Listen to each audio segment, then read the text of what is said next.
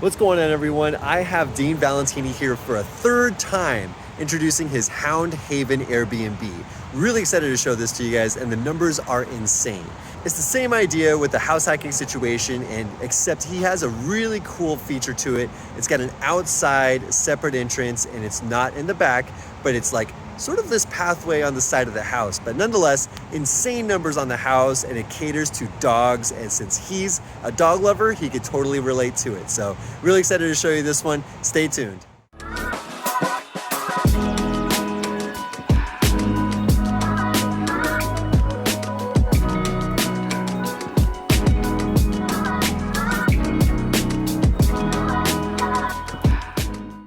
What's up, Ian? Welcome back. Today I'm going to talk to you guys about my second house hack in Englewood. This one is right down the street from River Point, so prime location. This neighborhood is beautiful. All the neighbors are super friendly, awesome little community. But come on in, I'll show you guys the inside. Past couple of years, short-term rentals kind of starting to become all the rage. So I figured I'd try my hand at it and show you all what we got. But yeah, so this is the upstairs unit, quote unquote. It is a single family home. But as with my other house hack and Andrew's house hack that we got set up for him, we split it into kind of an up-down duplex. Again, you'll notice a theme. I'm super lazy, so pretty much everything is like good to go as is. Did not need a lot of work at all. You got your beautiful kind of quartz countertops going on, the stainless appliances, the nice high-end soft close cabinets, and all the good stuff. So it's really, I wouldn't call it a luxury house hack, but it's pretty darn close. You get to here and you'll see what you've seen in some of my others, or a lot of house hacks that you've probably seen.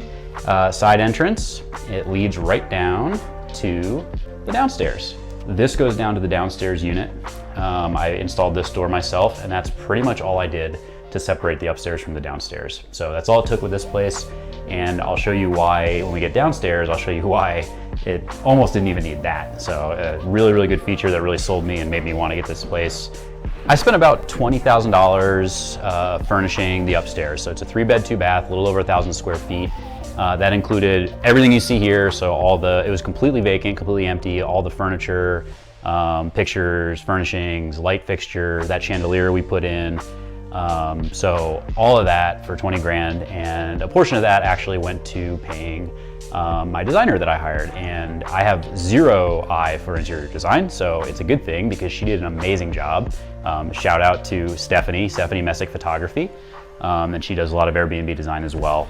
She also took the pictures for the listing. If you don't have professional pictures on your Airbnb listing, you are wrong. You need to get those. Like, it makes a world of difference. So highly recommend it. It's worth the 300 bucks, whatever you spend. The bedroom's down this way.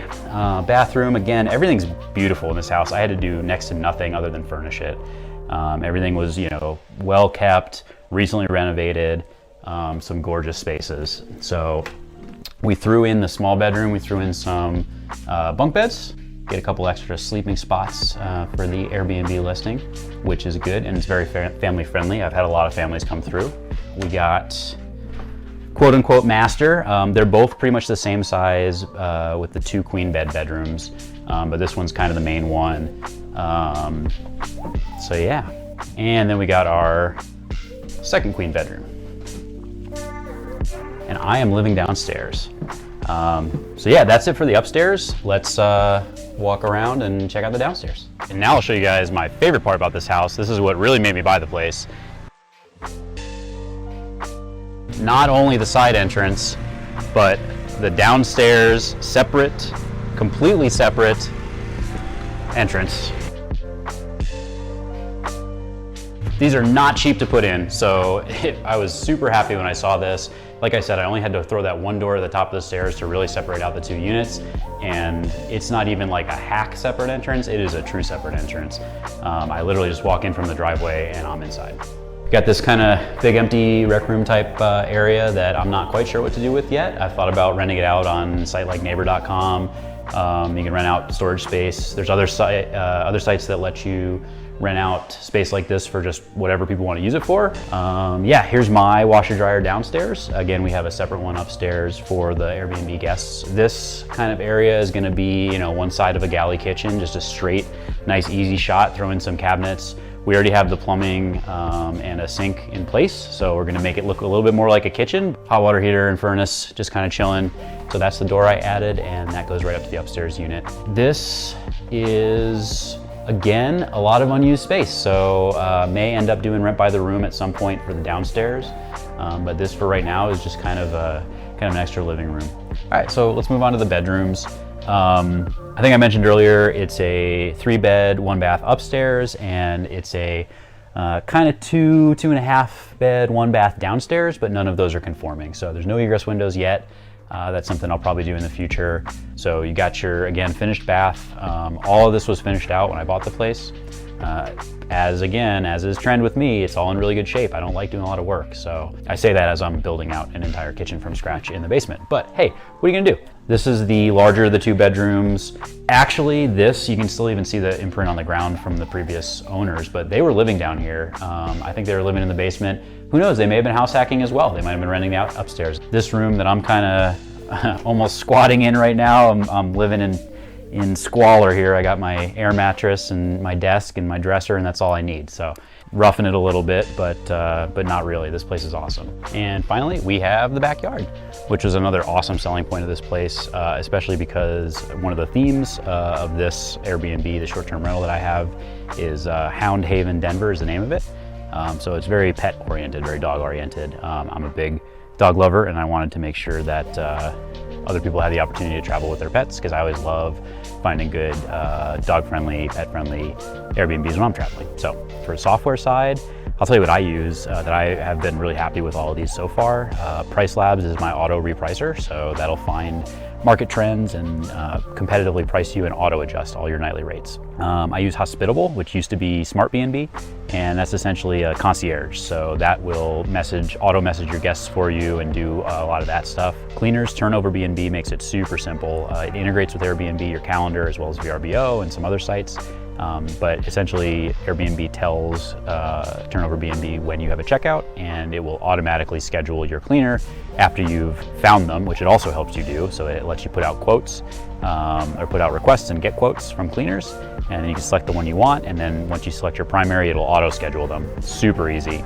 And lastly, but certainly not leastly, is the Schlage, I don't know how to say that, but the lock, the electronic lock. So it's Wi-Fi enabled. Deadbolt, throw it on the front door, and that also integrates with Airbnb and Hospitable. Essentially what that does is take the last 6 digits of the phone number of every guest, and it'll automatically create a new code every single stay, and it'll time it so it starts right when their check-in time is and ends right when their checkout time is, and I don't have to ever touch, and I get the code up too, the numbers. So I got this place for $520, and the reason I was able to get it for such a good price is because I think there was a little bit of distress on the side of the sellers. I think they needed to move, there was some pressure, and I came in with a really strong offer. I also came in with a cash offer. I used Homeward. They're pretty good. I can't rave review about them, but I had a good experience. Some of the fees and stuff I wasn't super thrilled with, but I think they saved me more than that in terms of submitting a cash offer and kind of having that leverage to use with the sellers. I think I mentioned already the cost to get it set up as an Airbnb came out to be about $20,000 altogether, maybe a little bit more than that. It's about $5,000 a month gross as of right now for the average. Expenses wise, you guys wanted to hear net as well. So expenses wise, all expenses including PITI, mortgage, etc. Cleaning, all the stuff I talked about earlier, comes out to just about $3,800. So right now I'm looking at a free cash flow of about $1,200 a month and living for free.